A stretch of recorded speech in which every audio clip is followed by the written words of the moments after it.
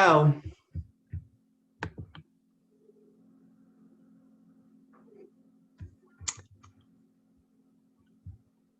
Wait for people to come on here. Good evening, everybody. Welcome to our presentation for tonight, The Fundamentals of Financial Management. This is our, third series of doing this particular program. I would like to introduce our presenter for tonight. We have Bob Klages with Community Property Management. Bob has been a longtime CEI member. He's a huge supporter of the chapter and has been a past president and currently serves on our trade show committee. Bob, I'm going to let you take it from here. Tell us a little bit about yourself first. Hi, good evening. Again, my name is Bob Klages, and I'm Vice President of Operations with Community Property Management. I have my PCAM, which is Professional Community Association Manager designation since the I think around 2005 or so, and I've been active in the chapter, and my fingerprints are everywhere. So I've just been doing this for quite some time. And tonight we're going to talk about the fundamentals of financial management, and the rules of engagement tonight are such that you're welcome, as we're going through this, to click on the chat button and submit questions as we go along. And as we get them, when we get breaks or going from slide to slide, Kathy will just let me know that someone out there has posed a question regarding something that we have covered. So that I can drill down into it a little bit deeper for you. And then we'll talk, well, at this particular point, I guess I'm doing all the talking, which is... I'm still here, Bob. I'm still here in the background. So if you needed something, I'm right here. All right, let me hear you breathing every now and then. Will do.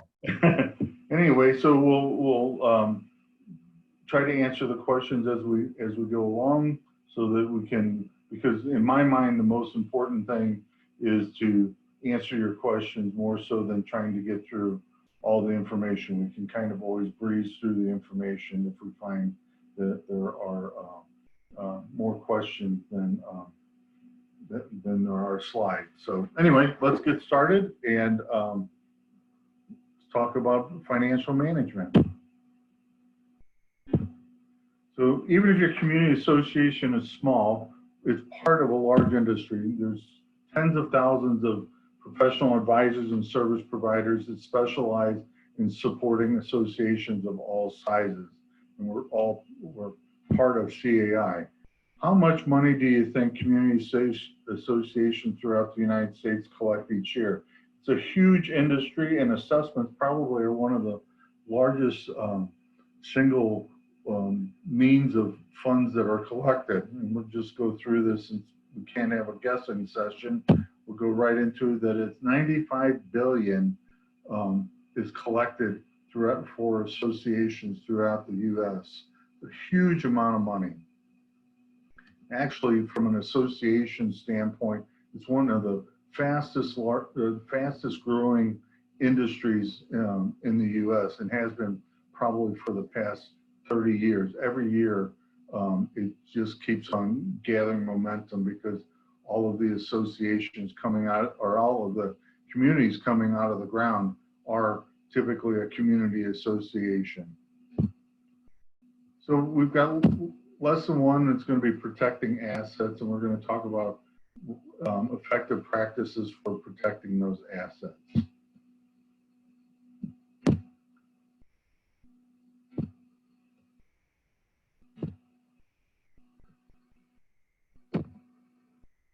So all of those particular things that we just kind of looked at there are situations that associations have to deal with. And in the dealing with those particular situations, you need to take and have a professional group that is around you that kind of protects and advises the board on how to handle these different situations. And in the perfect world, we believe that the best source for this or protecting an association is through having a professional community manager, an attorney that specializes in association law, because you never want to pay for an attorney that you have to teach about association law. You want an insurance agent that, again, specializes in association insurance, because you don't want to ever be exposed because they didn't understand how to protect you with proper insurance. And you may want a CPA.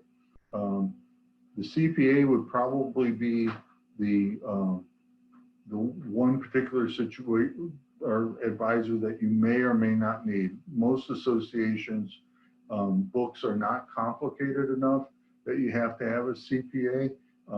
Most management companies that provide financial reports provide them in a simple enough approach that they can be understood by the layman or the person that has accounting background, all the same. But a lot of times sometimes there's a CPA involved, and that CPA may also do your taxes. So in this particular case, even though you have all of these protectors, the board of directors is ultimately responsible for ensuring the adequate policies, practices, and procedures are in place to safeguard the assets. So that makes it even more imperative that you have these professionals around you, and that they are more than just professionals. They're professionals that specialize in community associations.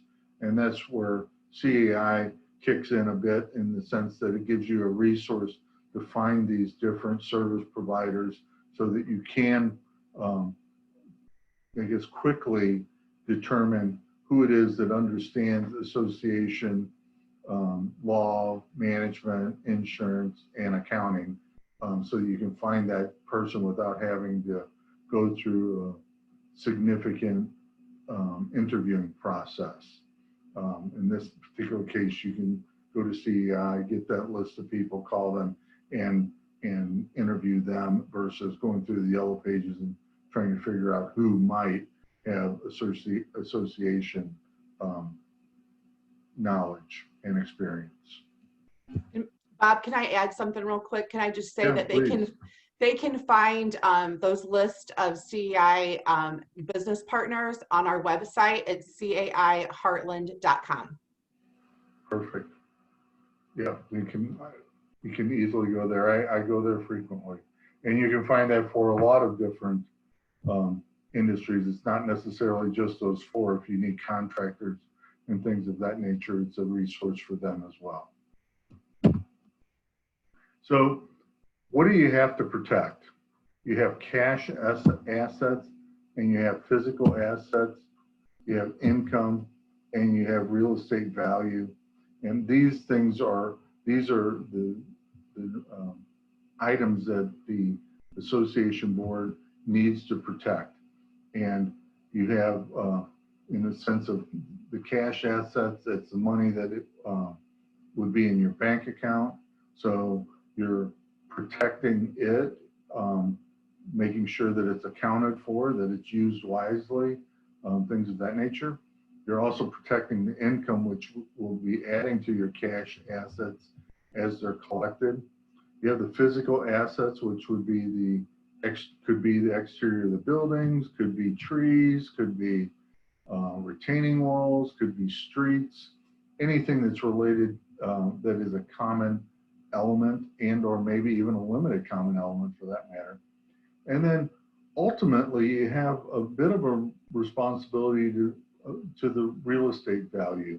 And that's a little bit harder to control, because sometimes the market has something to do with that, or where you're located. I mean, there are certain things that would be outside of your ability to manage.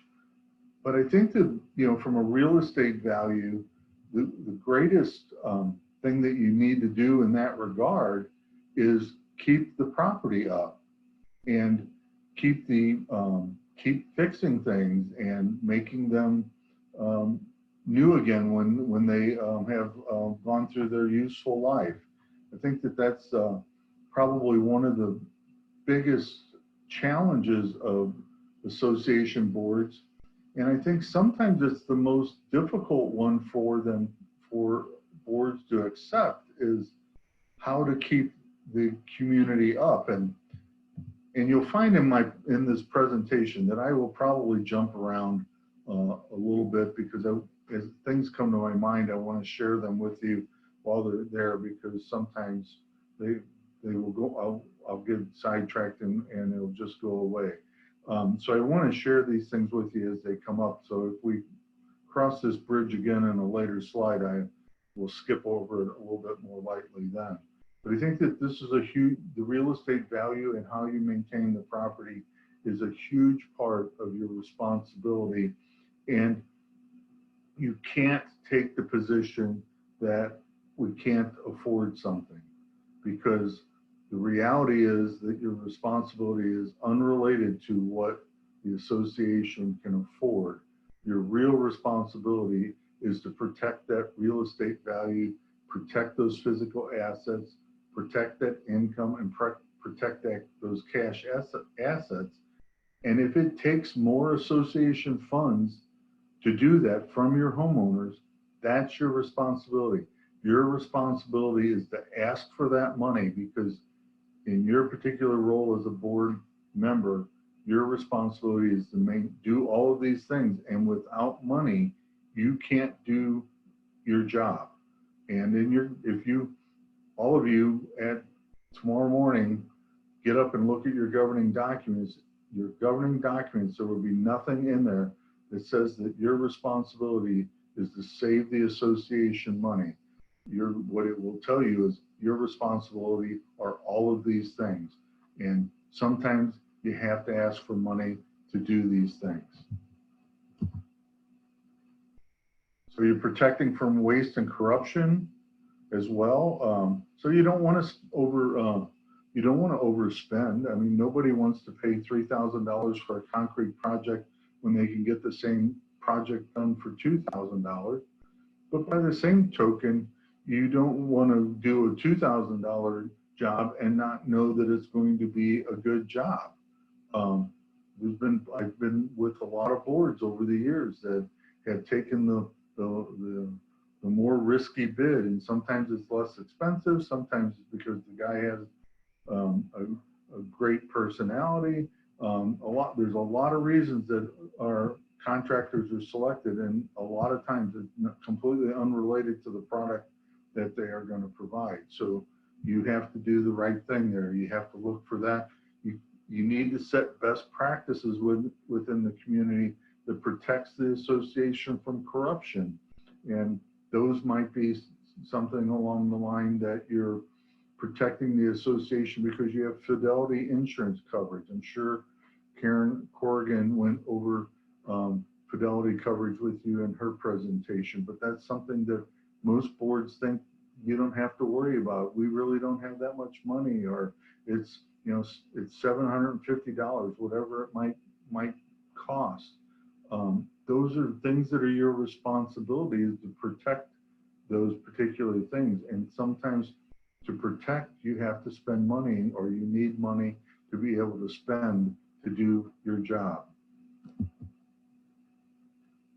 So another way that you protect from corruption and things like that is having checks and balances.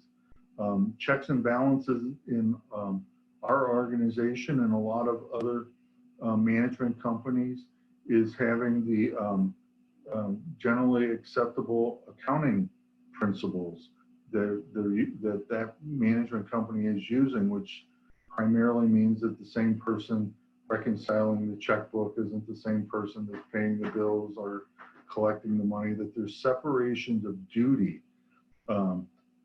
When you're working with maybe smaller management companies, you need to ask those questions on how they separate those duties so that you can know that that your money's being protected, and or that good practices are being used, so it reduces the risk of losing money due to theft or fraud. Having an investment policy is another system to have in place. However, it's probably one of the simpler things to do, because in most cases, you should be investing in things that are guaranteed. Your responsibility as a trustee or board member is to not lose principal. The only way to not lose principal is to utilize savings tools and investment tools that have an FDIC protection on them. So, you know, putting your money in Apple is probably not the best way to create an investment policy, even though over the years they may have had great dividends paid or great increase in pricing, because maybe one day Apple isn't the leader of the industry, and suddenly their stocks plummet and you've lost principal. So the investment policy should be, and a lot of governing documents require that monies be placed into FDIC protection. But nonetheless, if you don't have that requirement, it really is a best practice for you to utilize the FDIC to protect your funds.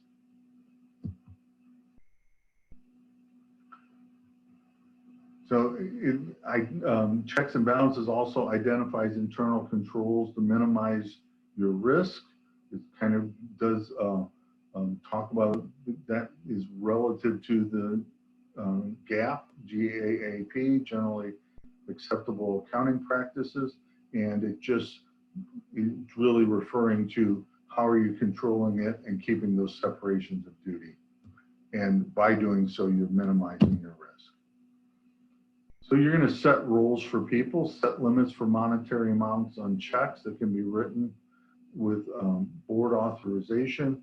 Some systems, some management systems have the ability for board members to actually be part of the bill approval process. Might be something that you want. Maybe it's just another thing where the management company is providing you access through a web portal that you can see invoices and see payments as they're being made, or getting good financial reports that have bank statements and things of that nature with it. Those are all things to consider.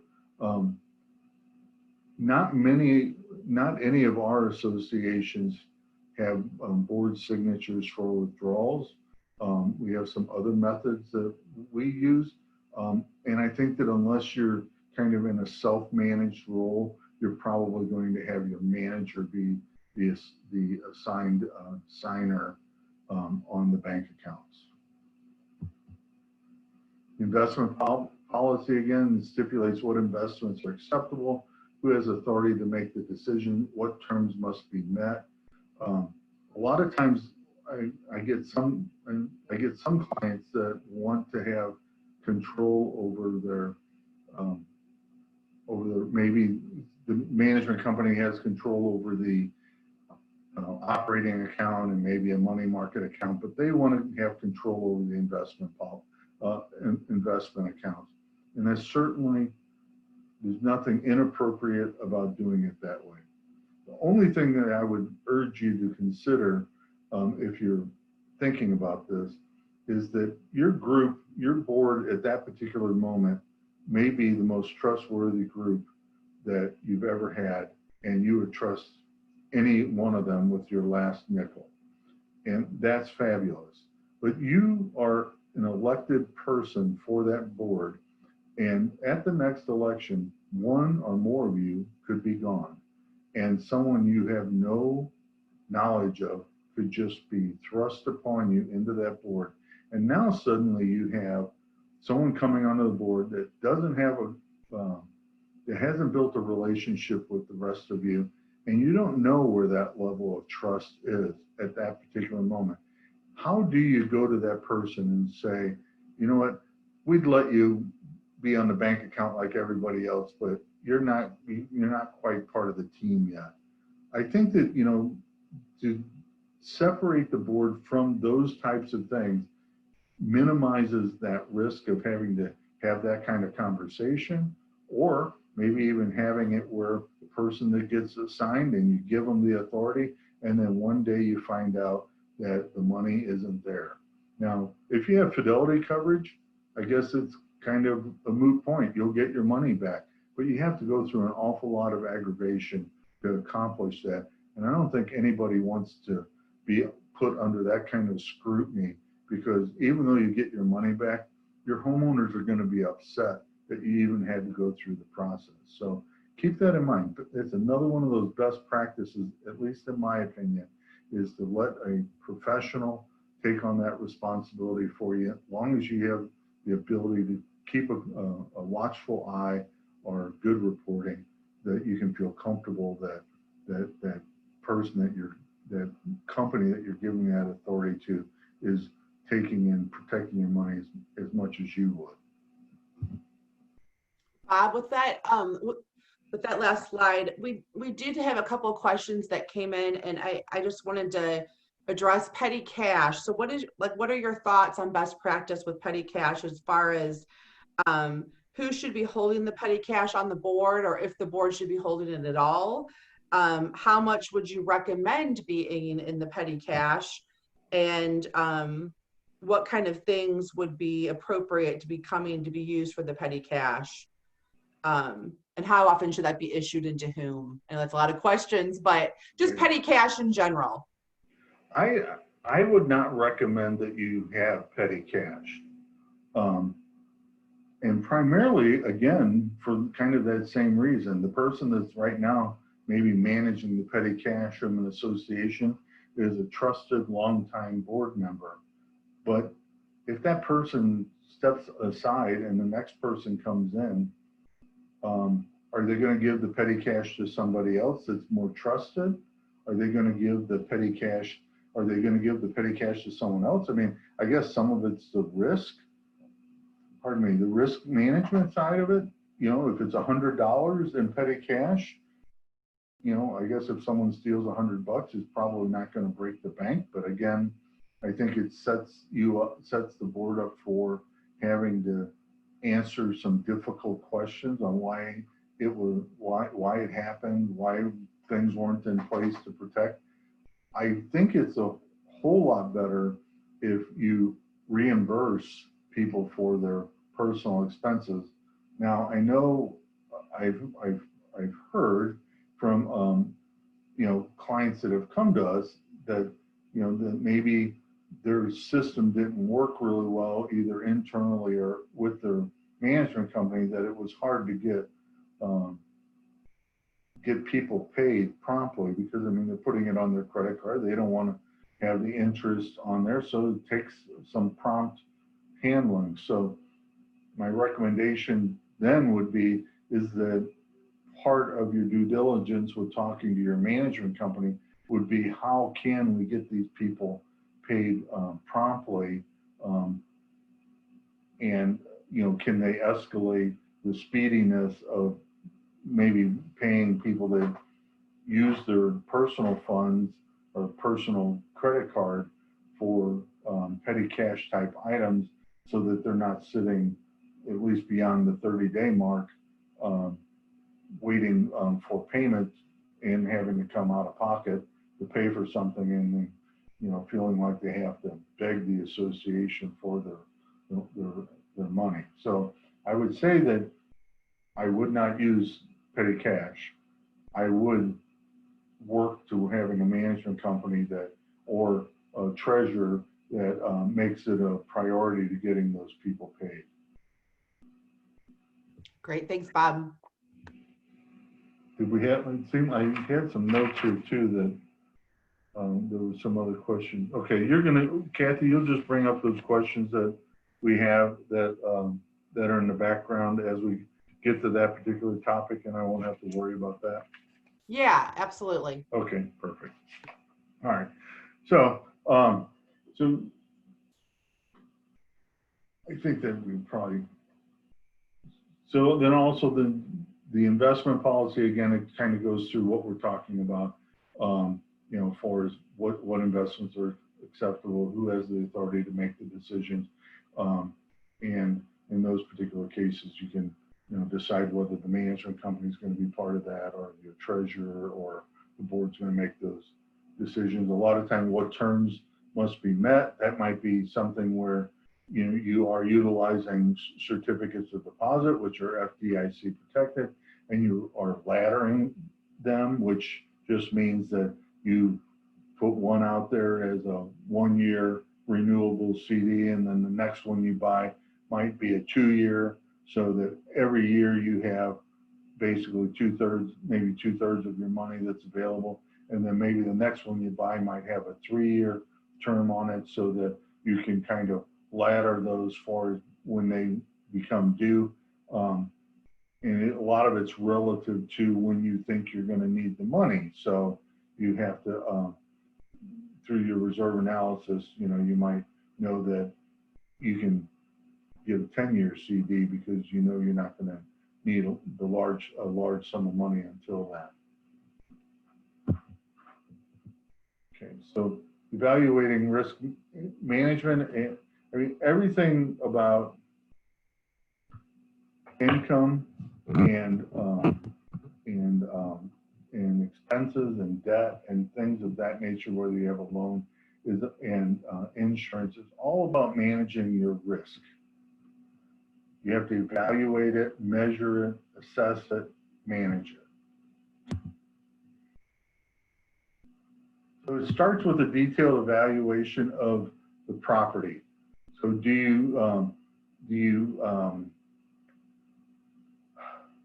so when will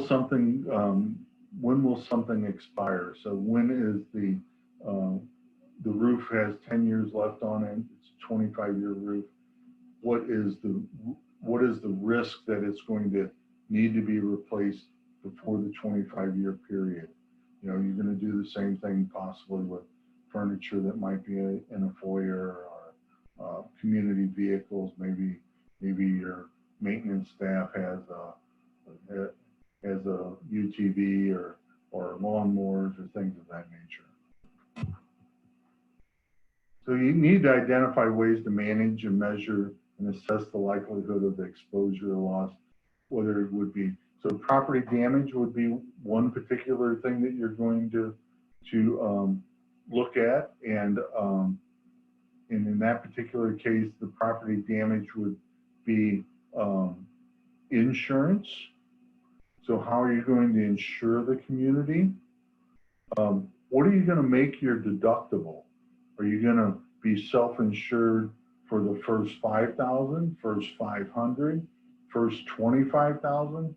A lot of that's relative to the size of community and the type of community as to what that amount of risk can be.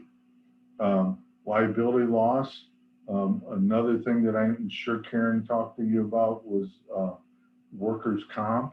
Having workers' comp type policy for not only for your board, but for any uninsured contractors that you may have, just to make sure that you're protected, and or only utilizing contractors that are utilizing or do have workers' comp and other types of insurance. It would be highly recommended that you have fidelity coverage to handle the misappropriation of or theft of funds. I think sometimes about a client that fired me many years ago and told me that community management wasn't rocket science, that they could, this was about a 50-unit community condo, and that it wasn't rocket science, and they could put in practices and put things in place that the association would basically run itself, and they didn't need management.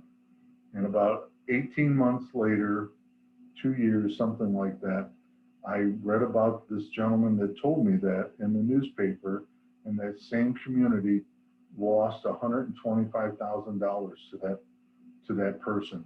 Now, I'd like to think that he thought he was going to pay it back sometime, but he never did. And he shouldn't have taken it in the first place. So you need to have things in place to take and protect the association from misappropriation or theft. Now, a lot of times associations think, well, I don't need fidelity coverage. Bob, in my case, your company's handling the money. Well, that's true. We do, there are policies that a management company can buy that will protect an association's money. But my policy doesn't protect your money from you or from your homeowners or from a contractor that might steal from you. So, and the fidelity coverage also protects you from the management company. So I think that ideally the best way to protect your association fund is the community has a fidelity policy. That's the best way to manage the risk because the association's in control, and then having other people around them have levels of insurance, like the management company might have third-party coverage. A lawn care company is going to have workers' comp and liability and things of that nature. Pardon me. There's also the potential of having income loss, and that's really more related towards mixed use type communities that might have commercial space, whereas the association might be the landlord. I don't see that much here in St. Louis. So a written risk management policy can define these preventive and control measures. The reality is that not many associations have gone into this level of defining all of this risk. I would say that more often the association is being assured that these types of things are done are through their management company. And those that are self-managed should probably just follow this list and then establish how they're going to insure and things of that nature, how they're going to create this risk management plan. And by creating that plan, again, then you're kind of setting up what I would look at as being a best practice. And by setting a best practice, a lot of times when you have turnover in the board, those best practices carry on to the next board. They rarely will a board have fidelity coverage in 1 year, and then after a change of board, have the new board come in and say, we're not going to have any of that. Stop paying for that. Most of the time, what's been set in previously is accepted as being the best practice, and unless they find that during their tenure that maybe things have changed and they should do things a little bit differently. So having adequate insurance is huge, as we've been talking about. So 4 primary types: property, liability, income, insurance, and then personal insurance. Be sure to understand what's covered and not covered. I think that's important for you to be working with an insurance agent that understands association, so that they can make sure that they can compare your covering documents to the insurance that they're recommending, to make sure that the things that you need coverage on are being covered, what the limitations are going to be, what the deductibles are available, and give you some counsel on what might be a good way to managing the risk so that you can control your cost of the actual cost of insurance. Copay is, if applicable, that the policy is based on per occurrence of claims made. And I'm sure Karen went over some of that stuff with you, and what upgrades are recommended.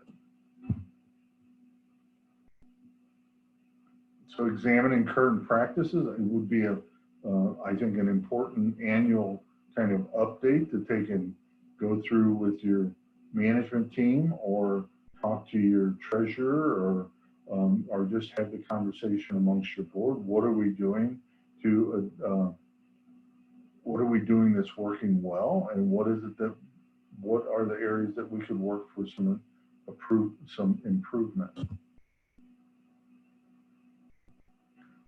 Storm damage resulted in extensive repairs to the Country Manor's clubhouse and the cancellation of upcoming reservations for months, including 3 wedding receptions.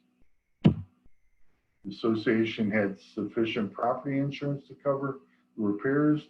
What additional type of insurance might have been useful to cover the loss of revenue from renting out the clubhouse? And the answer is B, income coverage. That's kind of what I was talking about earlier. Not a lot of associations have this risk, and especially given that a lot of times the charge for utilizing clubhouse is a minimal amount of money. So possibly an association could get a little bit of money this way, but it really wouldn't be, in my mind, a primary need for coverage. Knowledge check 2. What specific measures protects against losses related to personal injuries? And the answer is preventive actions such as monitoring the condition of safety and walkways, control measures such as the installation of adequate lighting, liability insurance.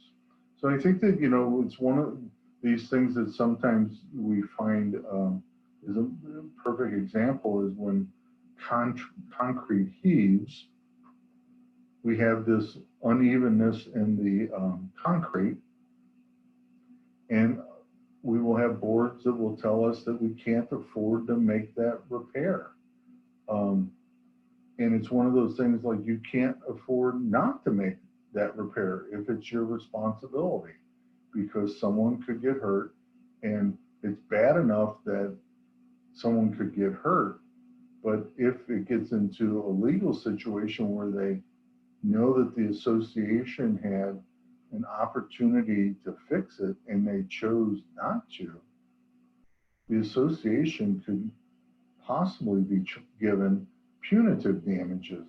And in most cases, I'm sure Karen will correct me if I'm wrong, but in most cases, I believe that punitive damages are not covered by your association, so are covered by your association's insurance, which puts you at a huge exposure, huge risk. So you want to do those types of things when you know that you've got a problem.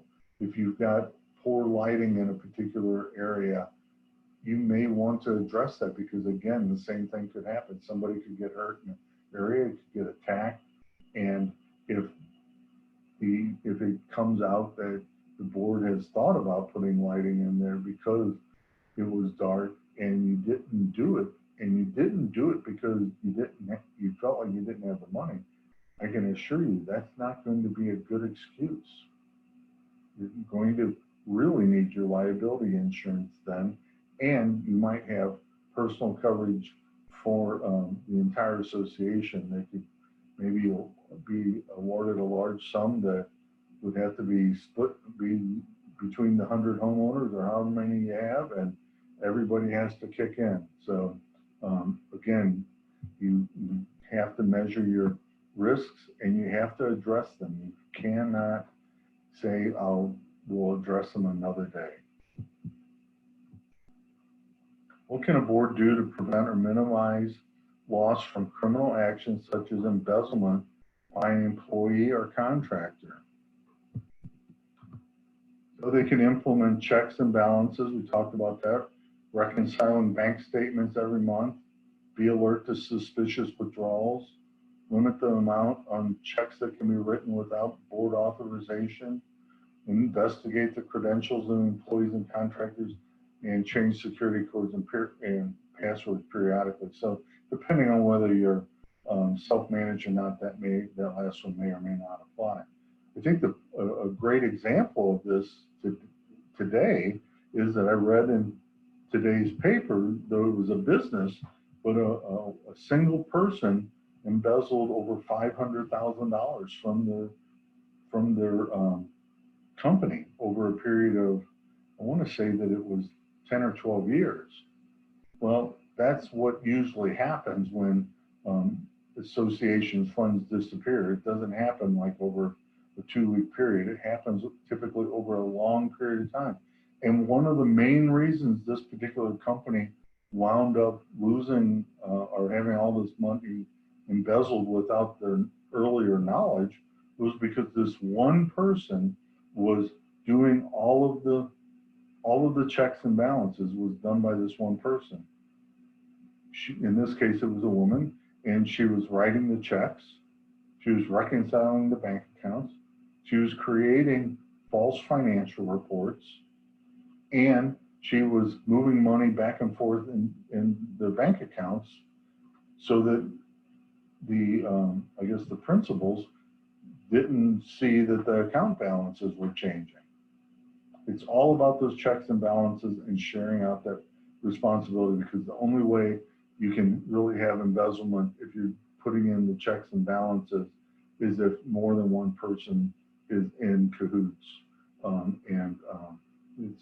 they're working together to steal from you, which is less likely.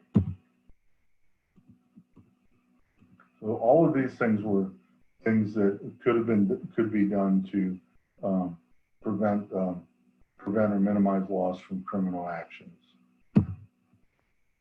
Okay, lesson 2, preparing a budget.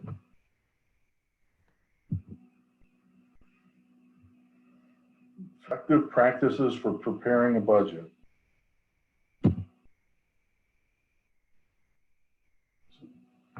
These are the folks that would typically be part of building the budget.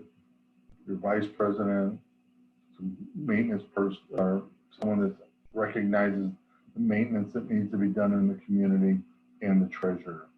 You might add other people to this. You may have a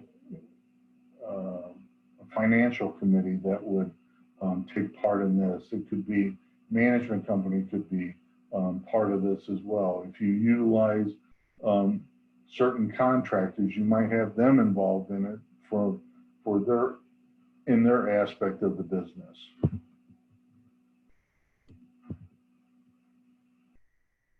Budget provides a means for planning community activities. I suspect they're referring to if you budget for the summer picnic and you set money aside to cover those expenses. You controlling the community's financial operation. And I say that a lot of times the budget, the community's financial operations really dictate the budget versus the budget dictating the opposite. Providing continuity of services, minimizing unexpected expenditures, and establishing an annual assessment. So really in this particular case, all of these things are going to be done through you creating a budget, but by the same token, it's almost sometimes the associations do build their budget from the bottom of this list up. They will say to us as managers often, we don't want the fee to go up in 2021 or next year.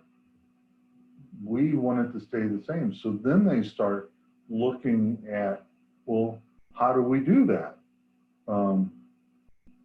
Well, we spent $3,000 on retaining walls. We know that some of some expenses are going up that we can't control. Insurance is going to probably go up. Utilities are probably going to go up. Maybe there's an escalation in some of the other contracts that are going up. So let's, instead of $3,000 in a retaining wall like we did this year, let's only budget $2,500. And they work towards getting the assessment. In my mind, the assessment has to be the last thing figured out. It has to be, what does our community need? What are the services that this community has to have to function for the following year? What are the things that are about to wear out and may have to be replaced in the following year? Or we have to prepare to be able to pay for them 2 years from now, 10 years from now. All of those things, in my mind as a manager, are what dictate to you what the budget should be.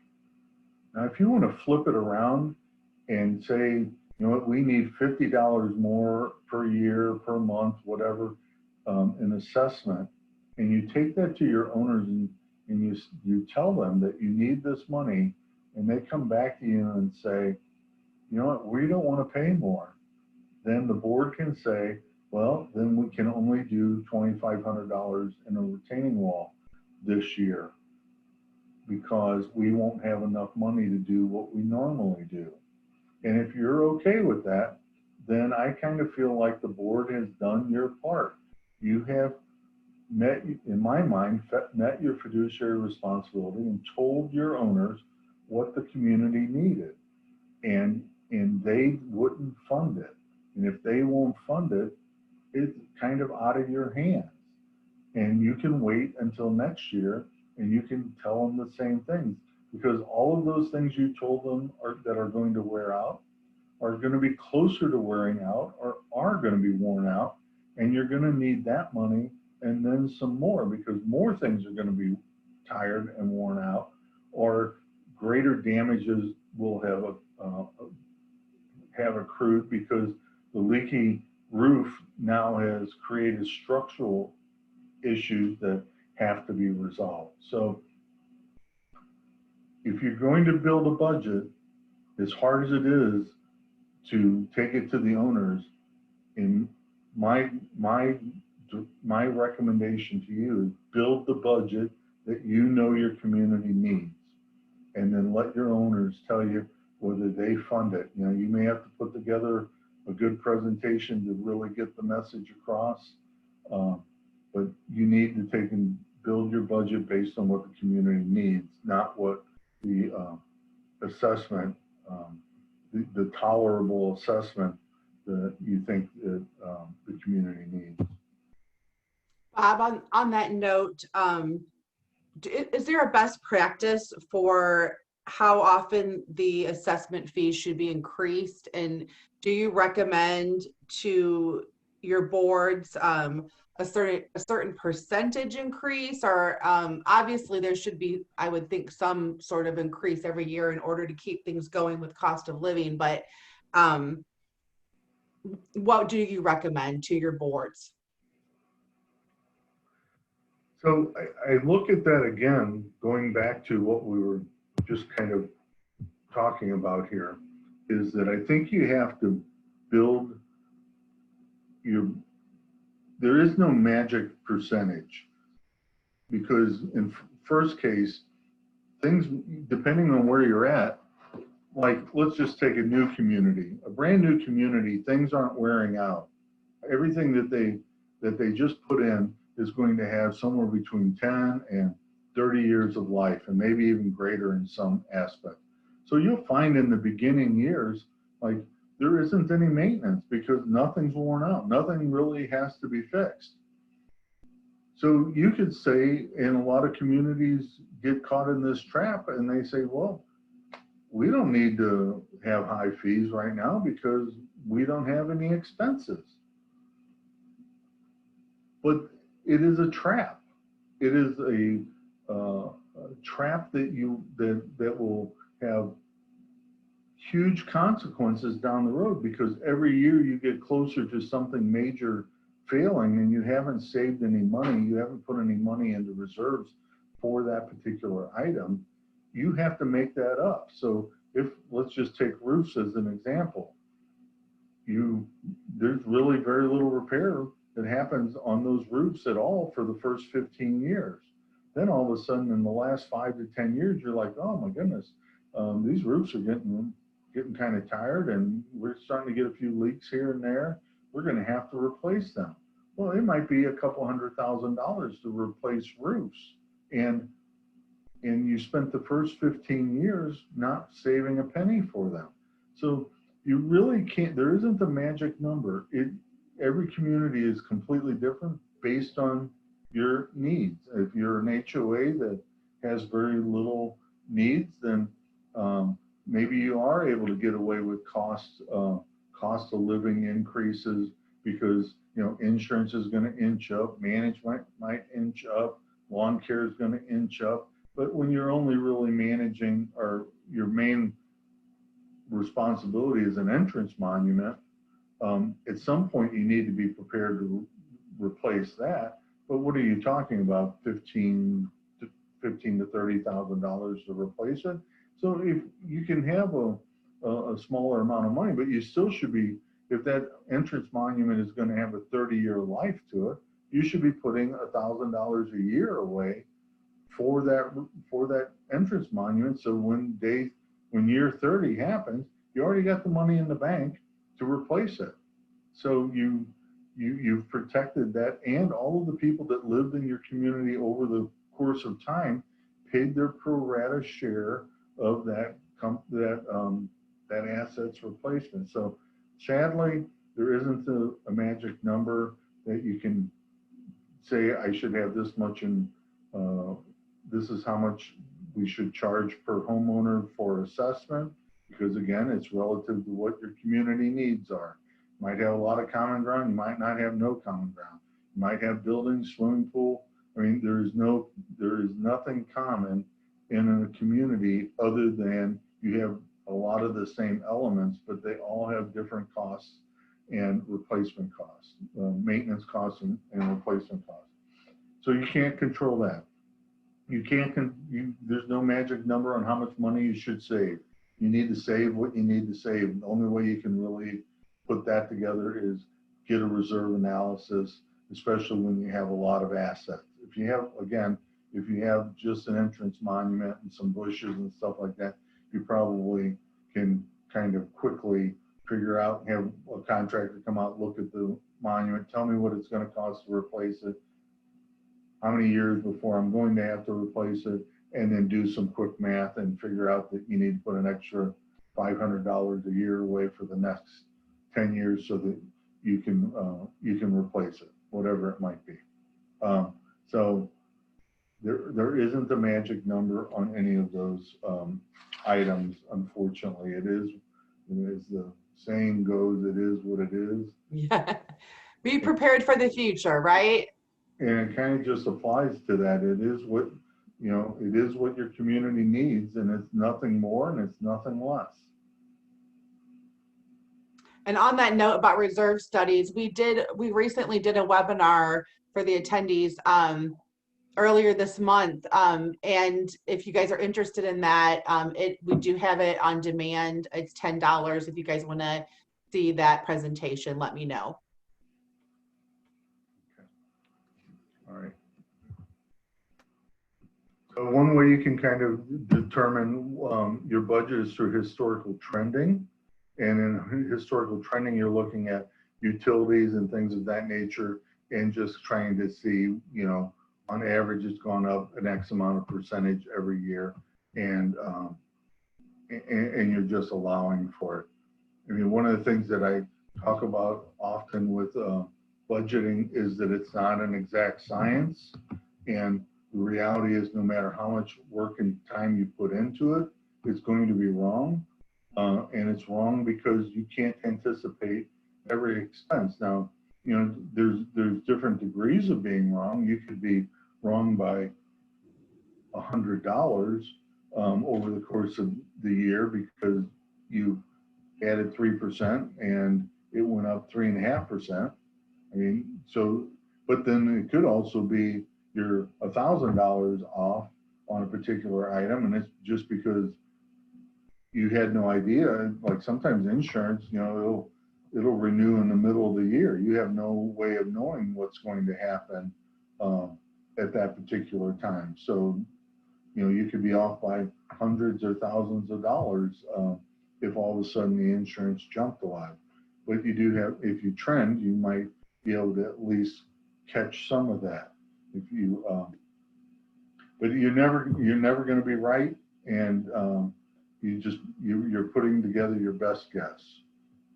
Bob, we got one more question before you Sure. move forward. What is your suggestion if your reserves are already behind the 8 ball?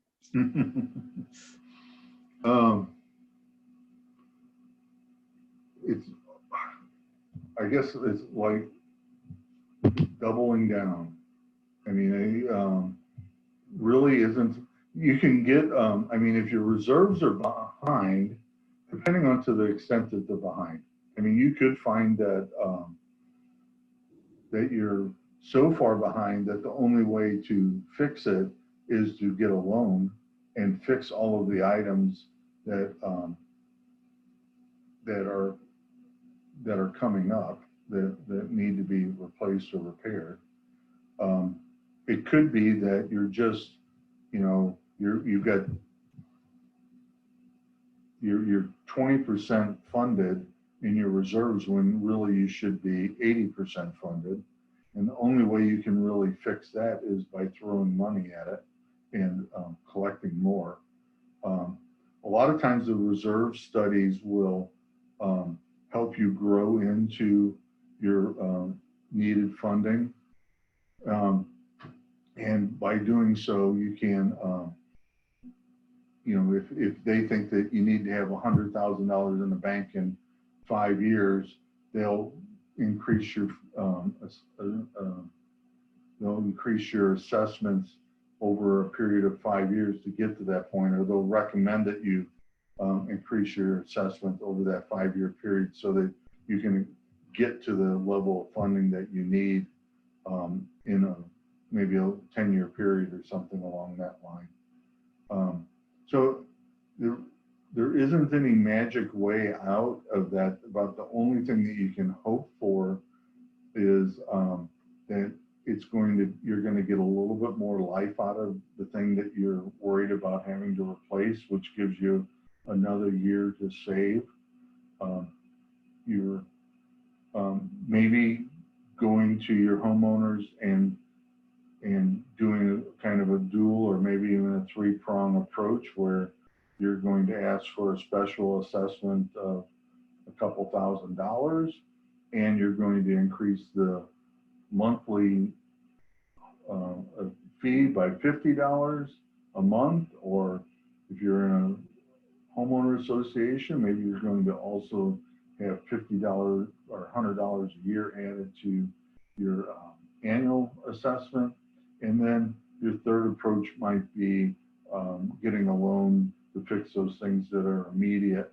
And then you'd have to kind of build that cost of repaying the loan into your current budget. So you're kind of hitting it from 3 different ways. You're asking for more money in a lump sum, you're asking for some money monthly, and you're building it into your budget as well. So that, and the amount of money that's being paid on a monthly basis has to be even greater than just what it's going to cover that loan. Otherwise, you're just standing in the same position. So if $50 a month is what is going to be needed per homeowner to pay the loan back, then maybe you're increasing the fee by $100 so that you're paying off the loan and you're adding $50 to the budget so that you can add more money to reserves.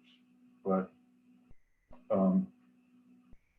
that is why it is so important to having getting onto reserving money as early as you can, because I've had this happen with a couple boards over the years when the board members, or a board member, in both cases it was like one board member, really understood that in so many years the association was going to have a large special assessment.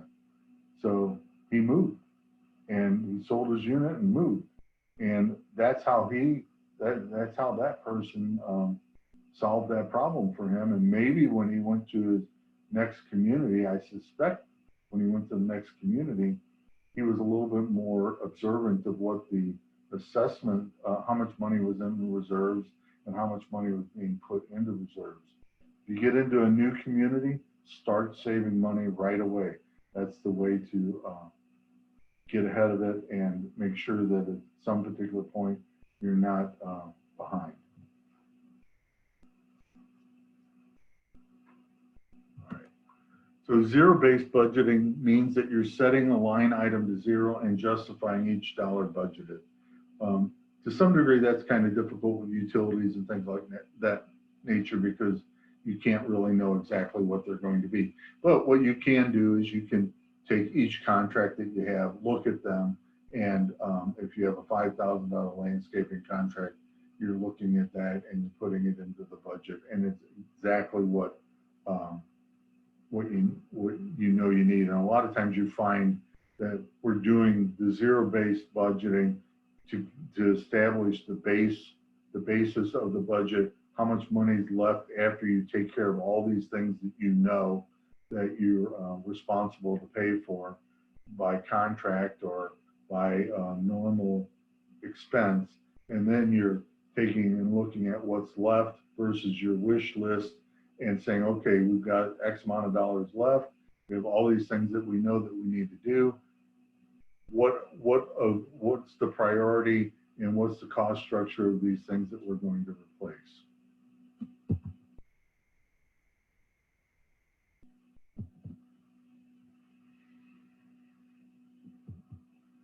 Okay, so it's planning, gathering information, reviewing revenue, setting assessments. Again, setting assessments is the last step of the budgeting process. So you're going to have we're going to have some goals and things of that nature as part of the budget preparation. Once you have these identified, you're going to maybe set some goals, figure out what the discretionary spending might be, and also those that can be prioritized. I think that goes without saying. And consider creating a budget task force. Again, a lot of that's relative to all the different levels of spending that you might have. Some boards will have 3 contracts that they have to worry about, and you could have large-scale properties that have $1 million budgets, and a great deal more thought needs to go into them. But as it says up there in the beginning, you have to think about the plan in advance.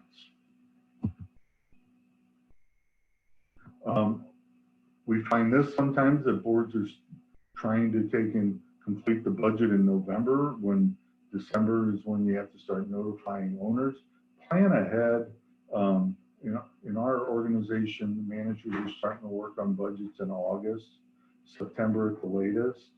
They're getting some of those numbers for the priorities for the next year. Don't wait until the last minute to prioritize the things that you may want to address.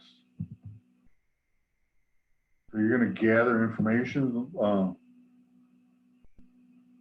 A lot of this information is going to be in your previous year's financial, or maybe in August you're going to look at you've got 7 months of history to look at for that particular year, and you're going to either you or your manager should be sitting down and trying to evaluate where you're going to be at the year end, and whether you're going to be overexpended or underexpended. One of the huge tools I think that boards miss out on is that they build a budget and then they spend it right away. Especially like on projects, it's like, they have roofing, retaining walls, asphalt, and they're so anxious to get it all done, maybe so they can get it off their list of things to do. But what winds up happening is that it's almost inevitable. Something is going to go crazy throughout the course of the year, and they spent their entire budget in the beginning of the year. So the ideal way is to take in, even though you're budgeting $20,000 for this and $10,000 for that, you're not spending it all in May. That you're going to do some of the projects in September and you're going to do the lower priority projects in September, because what happens if something more crucial comes up in August and you've already let all the contracts for all your big expensive projects? Now you have to dig into the reserves to handle this thing. You have more flexibility with your current year spending if you spread out your projects based on priority, so that in case something crazy goes on, you're going to be able to have some flexibility on reprioritizing. Your reserve study becomes a huge resource for you for building your budget, because it's going to tell you that you need to put so many dollars away that year to be able to meet the reserve study's expectations.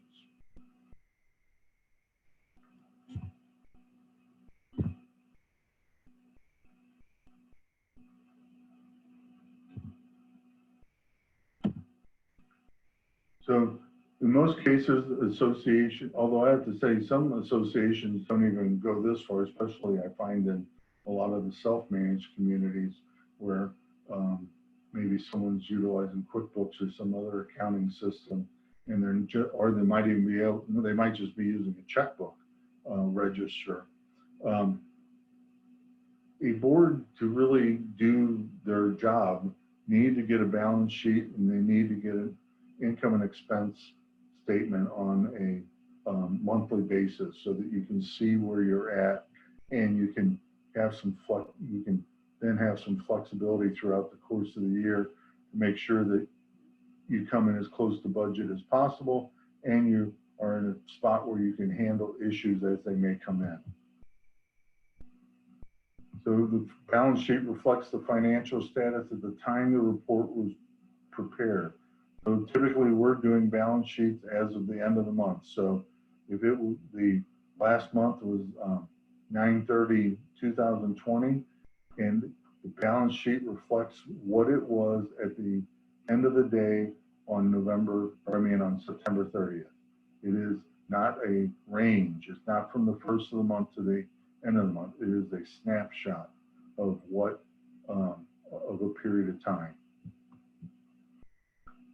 The income and expense statement reflects the financial transaction during a period of time.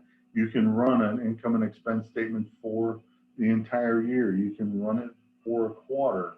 You can run it for a particular month. You can go in on maybe on the 15th of the month and see where you're at, but it is what has happened from you insert what the beginning date is and what the ending date is, and it reflects that income and expenses during that period.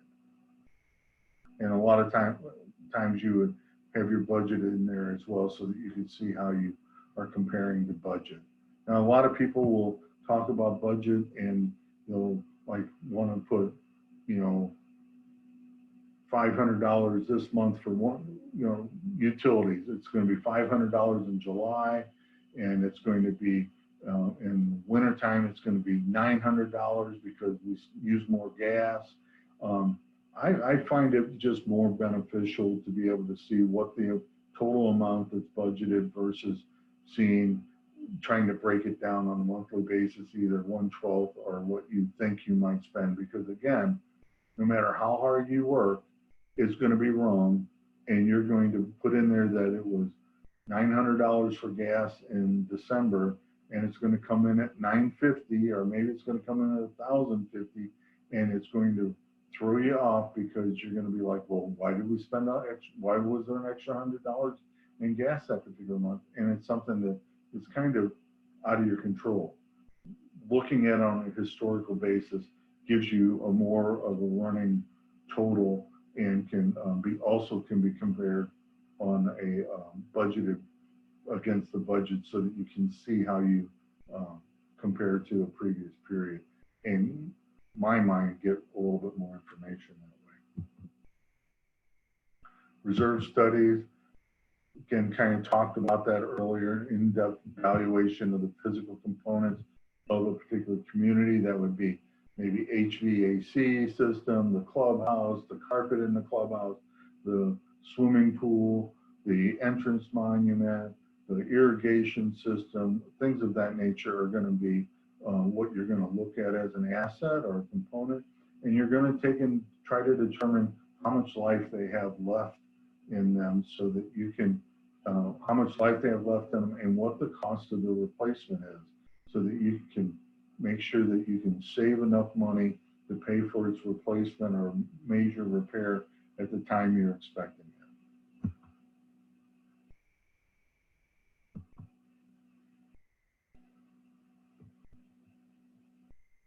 So your service contracts can be all of these particular contractors and or services, and you would maybe have multiple year contracts on some of them, so don't necessarily review every one of them each year. Sometimes you're just recording the information for what you agreed to previously. For, you know, last year was $3,000 for lawn care, next year's $3,500.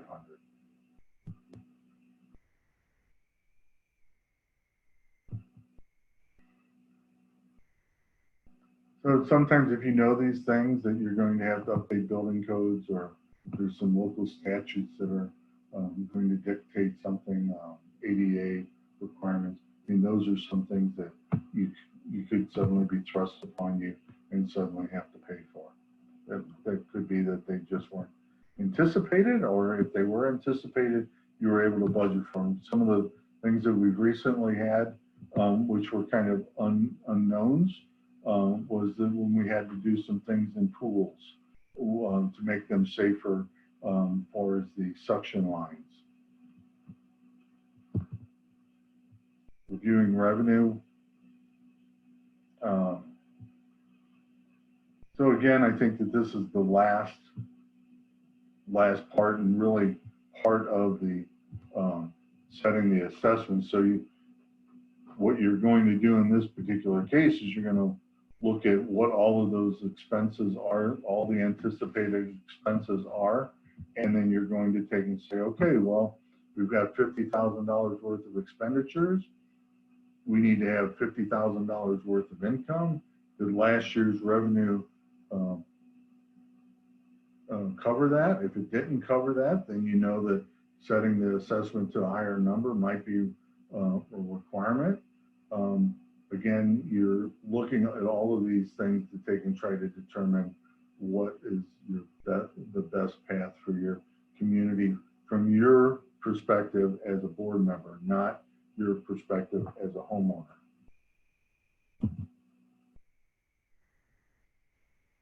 So this is talking about your sources of income. I think that this is the perfect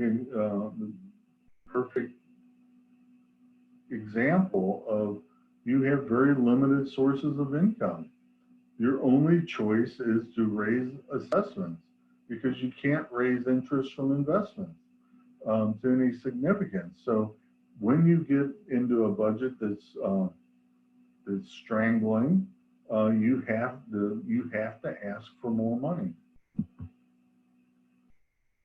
Again, you know, some of these things are fee or are income, but they are not typically income that changes the world for the association.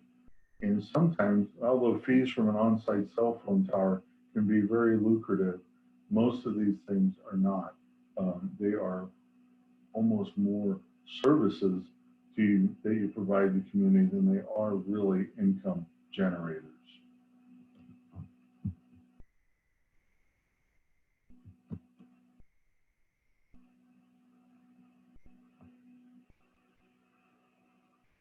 So determining on an annual basis what the assessment is going to be, your payable in the matter of the governing documents, is it percentage of ownership? Is it equal? This is sometimes confusing. Special assessments are something that are not part of the normal routine, but they could be over a 2 or 3 year period that you're assessing an X amount of money to help build reserves.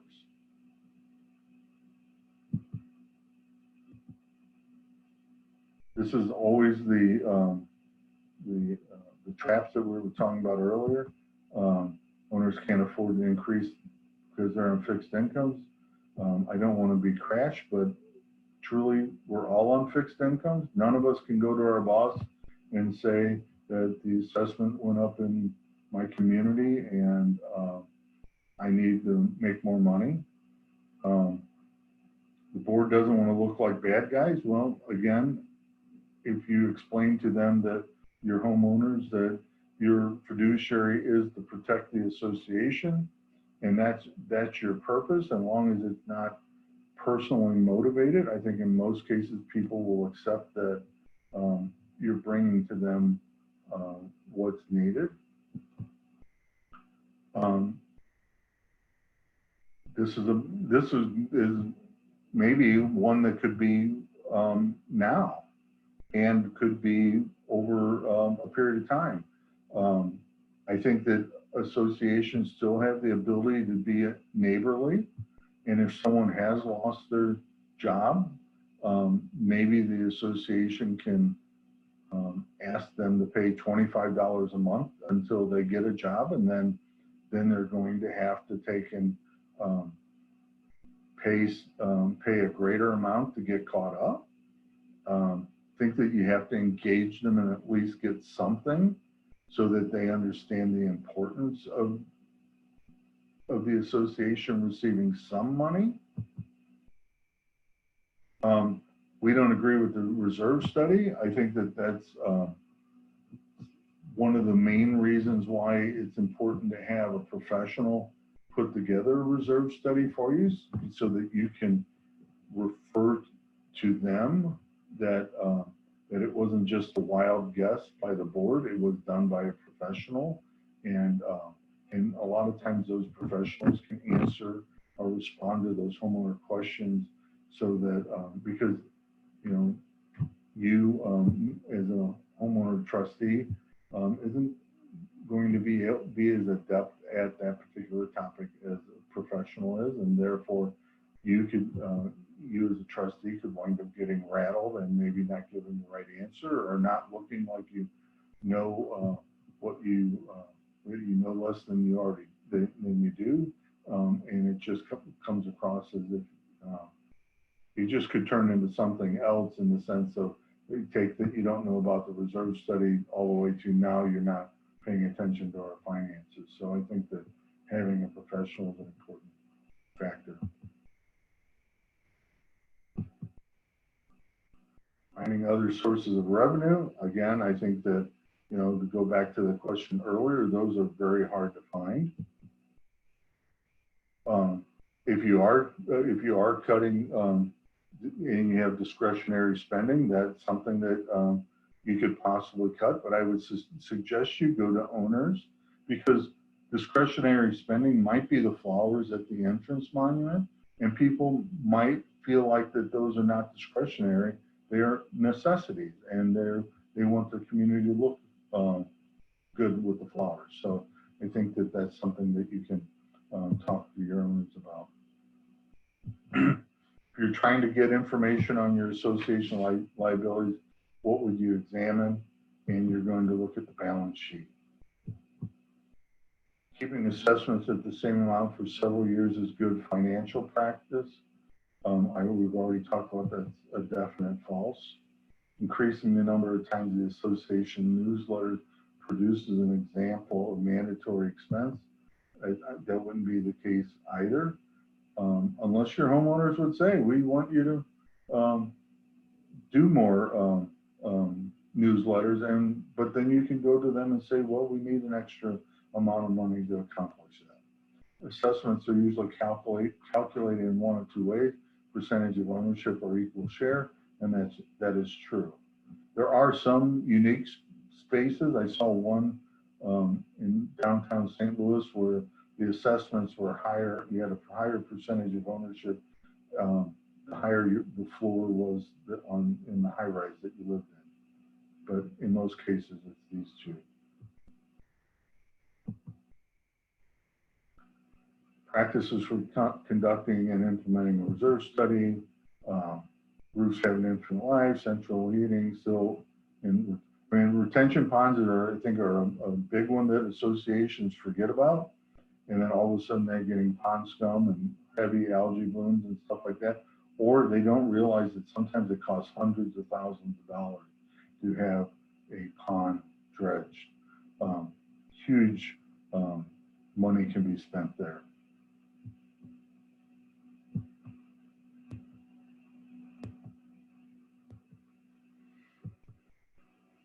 Elevators are another thing that I think that some high rises forget about saving money for.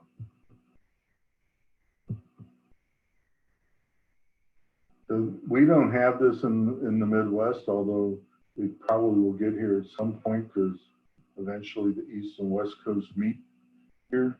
But associations are going to start being dictated to as to the amount of reserves. We're even finding that the buyers are becoming more educated and having an expectation of reserves. So you may be forced from a competitive standpoint to get your reserves into a good position so that you can compete with other neighborhoods or other communities. It also could be a selling feature for your community if you are reserved well and you educate your owners to be able to tell their potential purchasers that, that your community is well reserved. How much is enough? Only a reserve study can answer that, and we kind of talked about that.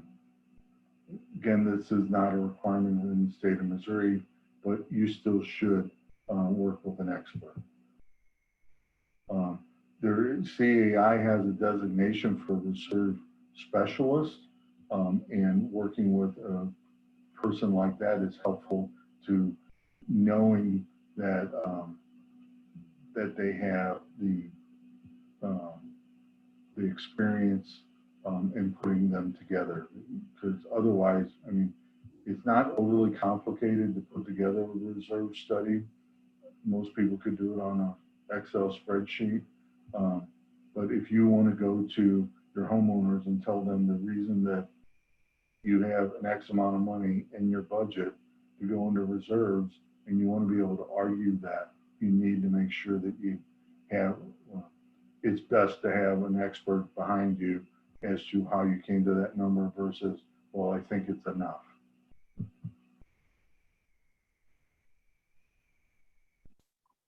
Bob, just to add to that, if you guys do go to our membership directory on our website and you look under reserves, there are several of our business partners that do have the reserve specialist designation through CEI. And so how you would recognize that is that after their name, they would have an RS to signify that they have earned that education through CAI. Components of a reserve study are physical analysis. They're going to inventory all the major common area components, assess the condition, the cost estimates for each component, and give you an idea of what was the source. A lot of times the sources are going to be either something that they're getting from a book, or sometimes it's actually from contractors where they'll actually come out and analyze the replacement of something. So as part of that, they're now, they know what's going to wear out and when it's going to wear out and what it's going to cost. They're going to be adding up that amount and evaluating the adequacy of the current reserve amount, making recommendations on what you have to contribute, if any, to meet the analysis, and describe the methods used in computing the fund status and developing the plan. It's all in most reserve studies, but it's all about, how much is needed, how much do you have, how much do you have to add to be able to meet the requirements of the study.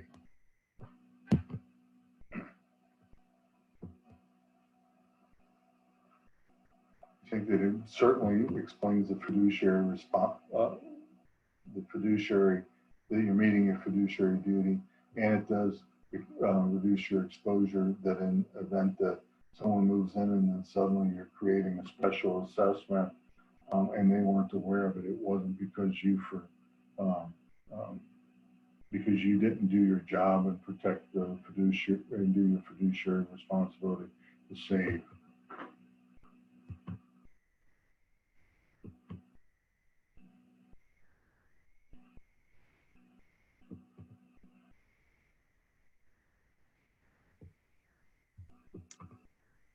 Bob, we have another question. Go ahead. Yeah, reserve study and homeowners have reported truce uplift. Whose financial responsibility is to correct the uplift? Talking about for sewer? What's the uplift? I'm sorry. Truce, TRUSS. Or I'm sorry, trust, excuse me. Oh, trust uplift. I'm sorry, I had to put my glasses back on, I apologize. Okay, so I've had associations where the trusses lifted a couple inches, and they wound up putting in like floating trim on the ceiling so that the trusses could go up and down without cracking interior space. Again, it's going to kind of be relative to the governing documents as to where the responsibilities are. But if you're in a condominium, I'd say that 90% of my 90% guess would be it's an association responsibility. But I think that by the same token, you have to, I mean, you may need to have counsel, talk to an attorney about your responsibility, because if it's a structural component that isn't easily remedied, it might be something that is just the nature of the building that can't be resolved economically. So I think that there's probably a handful of experts that are going to need to be called in to take a look at that. And it would probably include an attorney, your management team, and a building inspector / engineer, and then maybe even a contractor that would make that kind of repair and make recommendations for the structural integrity of the situation. So these are just different methods of funding. Again, they're all about trying to make sure that you have enough money in the bank when something wears out. And sometimes you're required to do it, and sometimes it's just the best practice. And then number 3, you have limitations on how you can fund. Again, going back to what I talked about earlier, is that you're kind of limited on what you can invest in. So you can't, be in a situation where you buy that Apple stock and then all of a sudden, at the time that you need the money, find that Apple's stock has gone down $10 a share, and now you no longer have the $100,000 in the bank that you anticipated that you were going to need. So it's kind of like investing in associations is kind of like investing when you hit your 70s. Probably you're looking for all the safe methods because you never know when you may need the money. Preventive maintenance can extend the life of things, and therefore you can get additional years out of a particular component.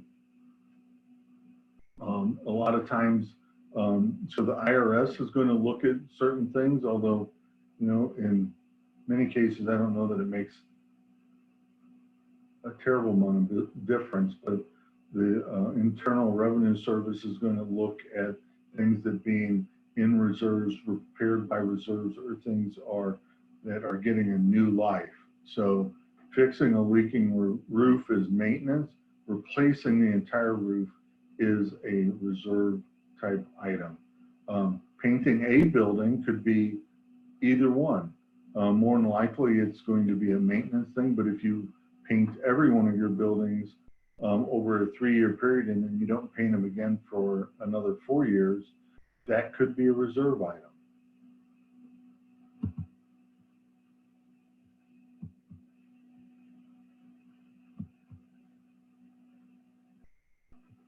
Again, you know, the asphalt could be a reserve item, but if you're just patching it, it would be a operational funding, not a reserve expense.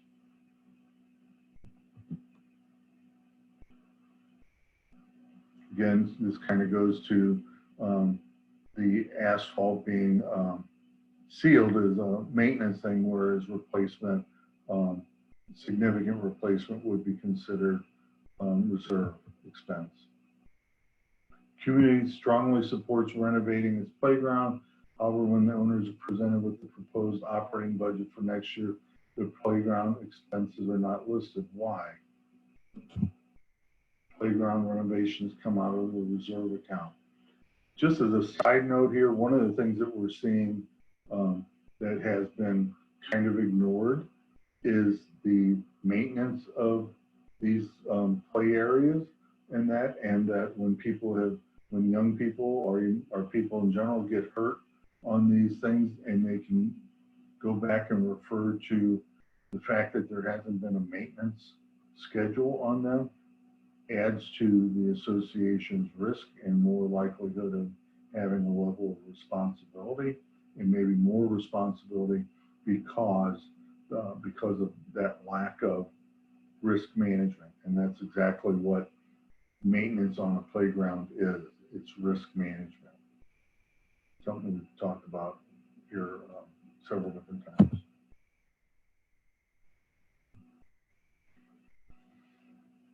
And would like to, so at the membership meeting to review the operating budget, several new owners questioned the cost of the next year's updated reserve study and would like it to be removed. What's the best response? We need to keep it in the budget because we have a fiduciary duty to plan for future expenditures in a competent manner. This requires the services of a reserve expert. Kind of falls in line exactly with what I mentioned earlier. So collections, the objectives of collections, legal remedies, appropriate responses to filing bankruptcy. So a lot of times this is done through the management company, but again, it's kind of depending on how things are done in your community. Sometimes the treasurer is handling these collection matters, but you do have to be careful in how you address people in the event that they're in some type of hardship, whether they're in foreclosure or whether they're in bankruptcy. You need to understand what the laws are.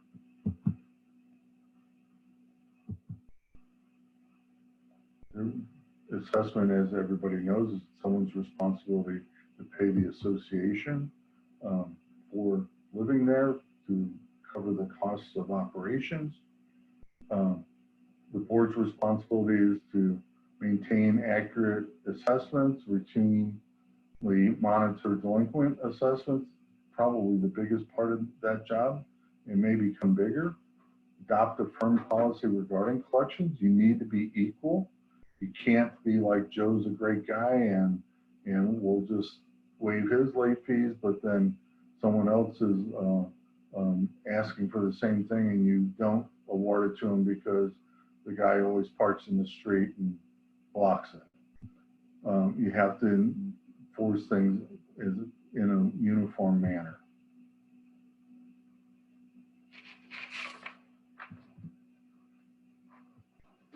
Fair debt collection practices is something that that we deal with.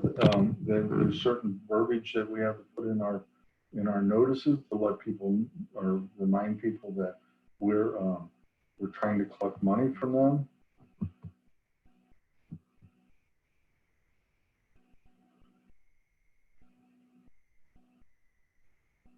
We don't really have any state laws that really govern this. It's really more so the Collection Act. Governing documents may have some aspects in it that you need to adhere to, whether it be that the assessment's due on the 1st of the month and it's due on the 15th, and the association can create penalties or late fees, or maybe the late fee is already defined in the governing documents. Maybe it says how the payment procedures are. Maybe there's a collection procedure in there. Most of the associations that I see here utilize our collection methods, and I'm sure other management companies would have collection methods too that you could discuss with them.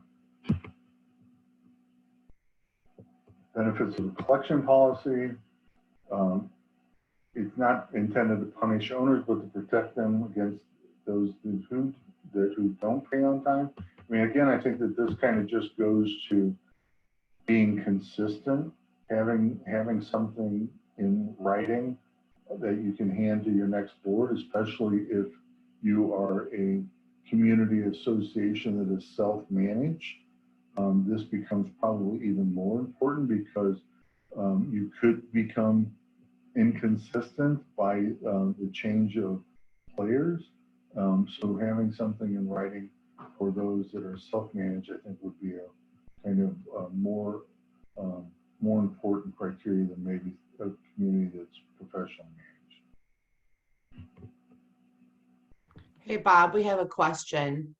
Okay, go ahead. What is your opinion on hiring an outside collection agency to collect large delinquencies? Well, we utilize some collection systems within our organization, and they are useful. The hard part is that a lot of the collection agencies want to take a third of whatever they collected.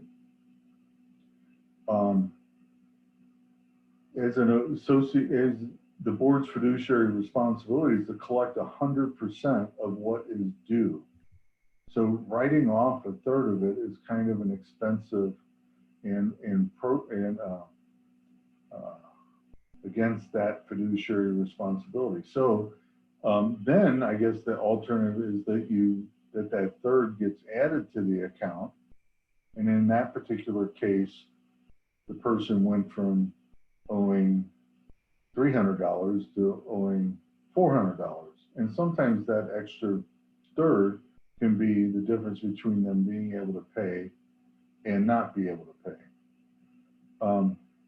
There are collection systems out there that just do reporting. And in those particular cases, those collection costs can typically be added to an owner's account. So I think they are useful.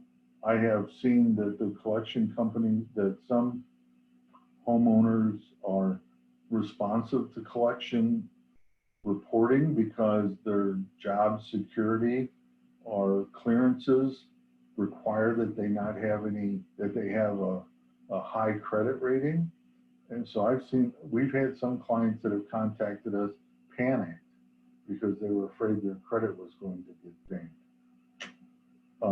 Someone that's in a bad spot, frankly, it just doesn't matter. But I think that the collection reporting or collection agency does work on people that are making a choice on whether they pay you or somebody else. A few more questions, Bob. Do you recommend reporting delinquencies to credit agencies? Yes, but you have to be working with a system that will do that. Most of them will not. And you can only report assessments, either special or monthly assessments. You cannot report late fees, violations, things of that nature. One more question for you. How far behind would you recommend a homeowner be before contacting an attorney or someone else for collection? That really is relative to what type of community you are, and which is kind of why we started utilizing the collection service, was because in an HOA, if your assessment's $200 a year, it takes 5 years before it hits $1,000 and becomes likely to have an attorney go to court and get a judgment and have it be worthwhile, because the risk that you have is if you spend $1,000 on attorney fees and you go to court and the judge says, well, how much does he owe an assessment? And you say $1,000. What's the overall? $2,000. The judge is likely to say, well, what is that extra $1,000? And if you say, well, it's legal fees, they're going to be like, well, we think that he should only pay $1,200, $200 of the legal fees, and $1,000. You can bear the burden of the rest. So it is a little bit of a finessing game on when to take it to the courts, because it's a little bit of a Russian roulette on whether you'll wind up walking away with the association having to absorb some of those legal expenses. So you have to be careful there. Some people use foreclosure to avoid that, but again, I think that it is always a little bit of a challenge trying to figure that out. So I would say that if you have a management company, you talk to them about when it is important, when they feel like you should do it. And if you're self-managed, I would think an attorney would be a great option to kind of tell you when it's time to do it. Good answer. Thanks, Bob.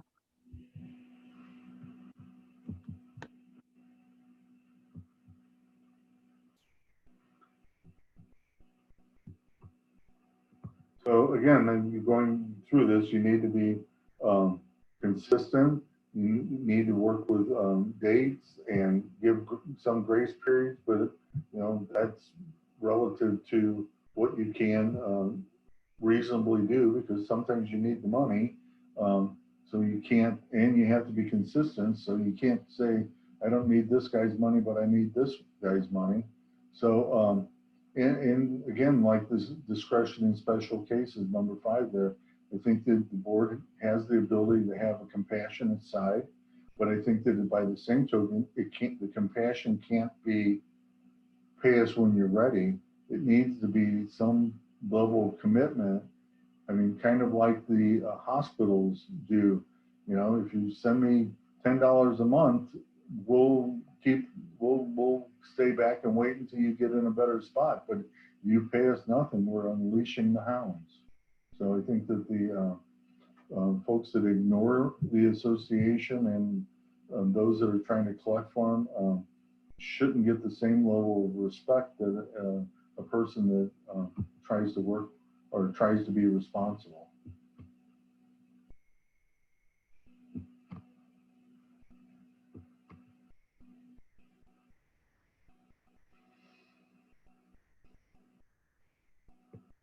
So these are the options that we work with. The property lien is really kind of a useless tool until someone goes to sell their home. The lawsuit will give you a judgment, but if they have no assets, there's not a lot to go after there. Foreclosure might get you just a house that's up someone's already upside down in. So you have to kind of your attorney should be able to look into what the amount of equity that might be in that home, and help the association make a business decision on whether you should foreclose, or if you're going to just have to wait and let them, maybe the bank foreclose. Sometimes the attorney can get to mortgage holder and make them aware that they're not paying their assessment, which is a breach of their loan, and a lot of times then the mortgage holder will foreclose on the unit.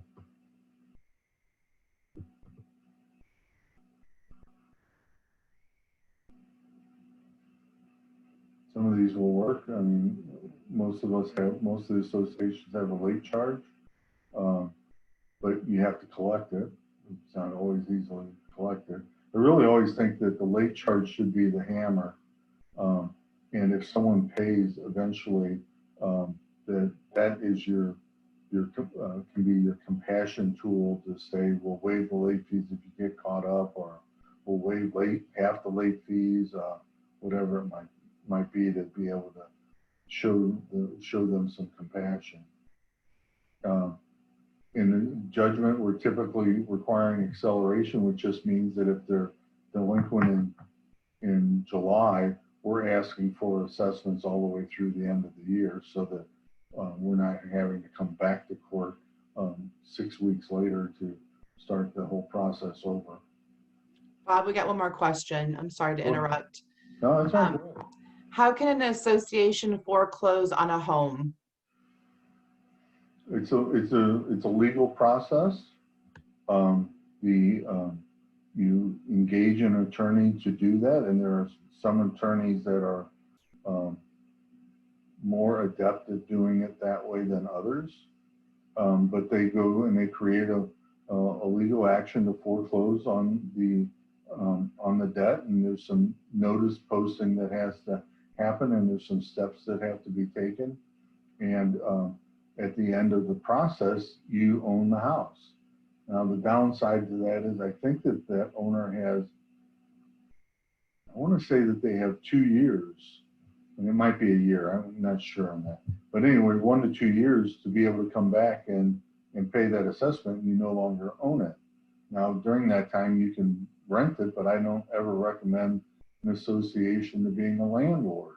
So again, it's kind of looking at what the equity in that particular home is, and whether there's enough value to go after doing it. And an attorney would provide you with greater detail as to the ins and outs of that process. A few more questions, Bob. Does the association take over the mortgage in that case? No. In that particular case, you own the house, and then the mortgage, that owner still has the mortgage, and that's where it gets a little bit cloudy, because sometimes if you create the foreclosure, then the mortgage holder will accelerate their foreclosure to foreclose before you, and so sometimes you can. If that happens, you can at least get the association to getting someone that will pay. Now, the downside is when that bank forecloses, you lose whatever money was set aside, at least from a lien on that property. The guy that owned it, or the people that owned it before, still owe the association whatever sum of money, but obviously it's kind of hard to collect, given that they really don't have an asset at that particular time. They're probably in a very difficult spot, or it wouldn't have gotten that far in the first place. One more question, Bob. Would you please expand on requiring a security deposit from an owner with a history of delinquency? Could you repeat that for me, please? Yeah. Would you please expand on requiring a security deposit from an owner with a history of delinquency? I've never done that. So maybe in some states they do that, but we've never really been able to do that. I mean, we have had, I'm thinking in some judgments that maybe there was something that was like that put together, but usually in a judgment, you might get caught up, and then they're going to sometimes maybe they got caught up or maybe they didn't, but part of the judgment was them paying a certain amount of money every month until they got caught up. And then if they didn't if they didn't complete that agreement, then it went to some other phase. I've not had that experience where we've been able to get a security deposit, but it would be something that an attorney would probably ask for at the time of suit. I guess, you know, I think about that a little bit too, is that even if you made that an accounting practice or part of your accounting or collection practice, if someone owes you $200 and how do you get another $200 security deposit from someone that already owes you money? So Point. I don't know how you get them to necessarily pay that, at least in Missouri. Good point. Illinois. On that note, again, back to our membership directory, we have some really excellent attorneys that are members of our organization that specialize in community associations. So please, if you're looking for an attorney, please check that out on our website. So here you get, again, the claim for lien. It really is subordinate to everything, every other action, and typically we don't find it having any teeth until the point of sale.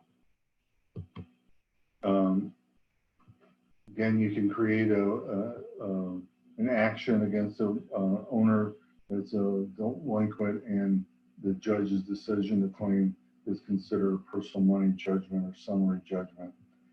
But once you get that, it doesn't necessarily mean you get money. It may mean that the judge approved that they owe you $1,000 and they owe you court costs and they owe you legal fees. But now you have to collect it. The judge doesn't take the money, take the delinquent party and shake them upside down and let the money fall out of their pockets and you collect it. Now you have to find that money source. So now you're either trying to take control of their bank account, or trying to garnish the bank account. You're trying to garnish a car, or you're trying to garnish their employers, and then it takes a little bit more of sleuthing to find these things out, to be able to try to attach these different things. And in some cases, you can go, if it's a rental unit, you can go to the person renting the unit and tell them to start directing their rent to you as the association, and then paying off the debt that way.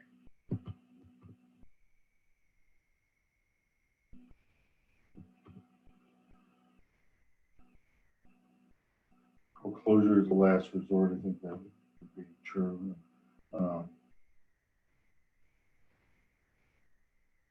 In the state of Missouri, you can, and I believe in Illinois, can create a foreclosure process. Again, late fees. Sometimes you have the authority to suspend an owner's right to vote or use of common space, but not always. So you have to be careful of those two. You can certainly have a lien. You can sue them. You can foreclose on them. You want to figure out, as I mentioned earlier, you want to make sure that it's worth going after. You don't want to create a foreclosure on $200, but you might if they owe you $2,000. I mean, I think that the one thing you always have to kind of contemplate is when you're going to court, what's that judge going to think of you as an association? And if you were dogmatic in your approach, they may feel like you're being the bully in the room, and then they can actually, even though that person may owe you $2,000 in assessment, that judge can say he only owes you $1,000. You can absorb the rest.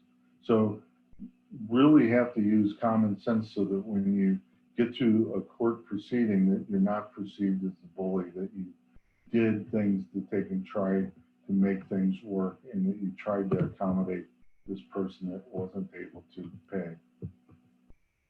Bob, I got another question. Go ahead. What can what can the association do when a delinquent owner won't let their renter pay association for delinquency, even if everyone has been notified? I didn't catch the one word you used. It sounded like ranger or something like that. Yeah, what can the association do when a delinquent owner won't let their renter pay? Let the renter. Okay. Well, again, I think that, you know, if your association has the right to do that, and I mean, it's not uncommon, I think, for the landlord to contact that owner and say, I'm going to evict you if you don't pay me. And I think that if it gets to that particular point, then I think that, but probably even before that, before you go and try to get the renter to pay you, you should have an attorney involved giving you some guidance to making sure that you're going at it correctly, so that down the road it doesn't blow up on you. And maybe that attorney could then create some kind of action that would supersede that that owner from being able to say, I'll evict you. I'm not sure on that exactly. But I know that the associations can get that right. And I could see landlords telling the renter, pay me, and or if not, I'll evict you. And they may even have a right to do that. So I think that having an attorney involved would be a necessity.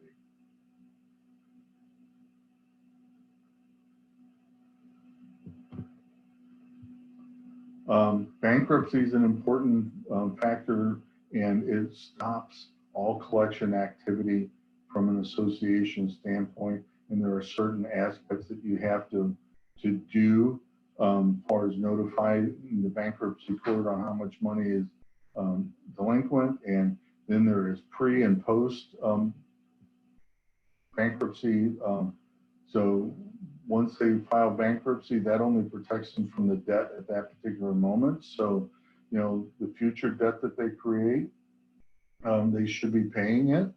So sometimes it's helpful, because then because sometimes the bankruptcy isn't awarded if they don't live up to keeping current. So you might be in a situation where you're having to almost kind of keep track of two account balances, pre bankruptcy and post bankruptcy, so that you know that you're going to get the pre bankruptcy maybe in smaller chunks, or you're going to get it through the court, and then they should be paying their regular assessments on time.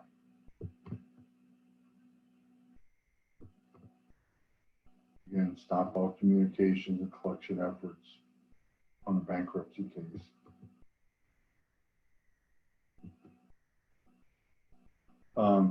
There is some uncollectible debt. I think that's just the nature of the business, and so sometimes you're just at a spot where where the person just can't pay, and that's really going to be more related. I mean, that's really more related to after foreclosure, because you know, whatever they owed you at that point, it might just be better to work to get someone new moved in there that will pay on time, and you may have to write off a chunk of that post debt, and you know, and not only the debt, but the legal fees and all of the other things that went along with it.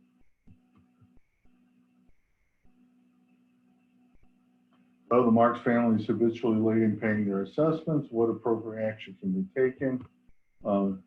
Suspend their pool privileges and require them to pay ahead on their accounts. Again, I think requiring them to pay ahead on their accounts. I will tell you that we encourage people to get ahead, but I don't know how you would require it. Please don't publish their name in a newsletter or at an annual meeting, or even publish their address. You set yourself up for a lot of liability when and if you did something like that. Be really careful with that. So Mr. Riley filed for bankruptcy. What should Harmony's board of directors do in response? Should contact their attorney, forward copies of the bankruptcy notice to the attorney, and cease all collection efforts. Don't talk to them. A lot of times associations will say, why don't you just pick up the phone and call the guy that owes us money and just talk to him on the phone? And the reason we don't do that is the same reason we wouldn't go knock on their door, is because you don't know what to expect from having that contact, and there isn't a way of really, well, maybe not controlling it, and then also being able to necessarily document the conversation. So, you know, you pick up the phone, you call them, and then suddenly that person's saying, well, he said I was a poor human, and that was a negative comment, and I didn't like it, and I can't believe that Bob said that about me, and versus, and I never said it. At least in a letter, we've got an exact document that we can share with a counsel, a judge, whatever. It's pretty, and when it's not our practice to talk to a delinquent account from a collection standpoint, it's pretty much assumed by the courts that we didn't have that conversation, that we only had the letter. Mrs. Reynolds is now 60 days late on her monthly assessment. Oh, I see. So you're going to impose a late fee in that particular case. Mr. and Mrs. Tucker have not paid any assessments in more than a year and own their house, no mortgage. What are we going to do? We're going to foreclose. Mr. Diaz has not paid any assessments in 6 months and has negative equity in his house. What are we going to do? We're going to sue the owner. So the module summary is recognize the effective practices for protecting your assets. Remember, you have a fiduciary responsibility to protect the association's money, future and existing, and also the property. Describe effective practices for preparing a budget. Remember, no matter how much time you put in it, you're going to be wrong. So do the best that you can, but don't stew over it. Describe effective practices for conducting and implementing a reserve study. Remember, a reserve study is the expert telling you how much money you need to save so that you can tell your homeowner how much you need in assessment. Describe criteria for an effective assessment collection policy. You know, whatever you do, be consistent with it. Recognize legal remedies available to the community for collecting delinquent assets. Use your attorney, because they are going to know what to do. I mean, again, you know, I know some boards will file their own liens because it's less expensive, and I totally understand that. But by the same token, if you're not consistent with it, you could be seen as being judgmental and picking and choosing who and how prompt you file liens. Recognize appropriate responses to an owner filing for bankruptcy. Remember, no conversation, give the information to the attorney. And I think that that's all, folks. Any other questions that I can answer?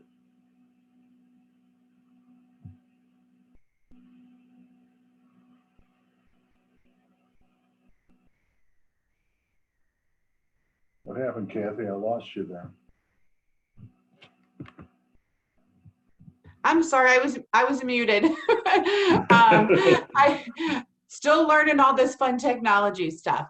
So far, no more questions. So Bob, you did an excellent job. Thank you for answering all the questions and doing a great presentation. We had a very engaged group. That was awesome. Just wanted to let you guys know about next week's session. Next Thursday, we've got professional advisors and service providers. We're excited about that one. So next week, next Thursday, 6 p.m., same time, same place. We hope to see you guys there. I will send you guys the PowerPoint slides for tonight. And if you have any questions, please don't hesitate to let us know. Thank you so much, guys. Thanks, Bob, for everything. Thank you. Thank you for paying attention, or hopefully didn't get to sleep too early. Before your bedtime. I think we had a very engaged crowd, so I think it was good. So we do have one more thing. Oh, I'm sorry. I just popped in the chat. Thank you. They're saying thank you. Very informative. Yes, great. Thank you. Have a nice evening, everybody. Bye-bye. All right, bye-bye.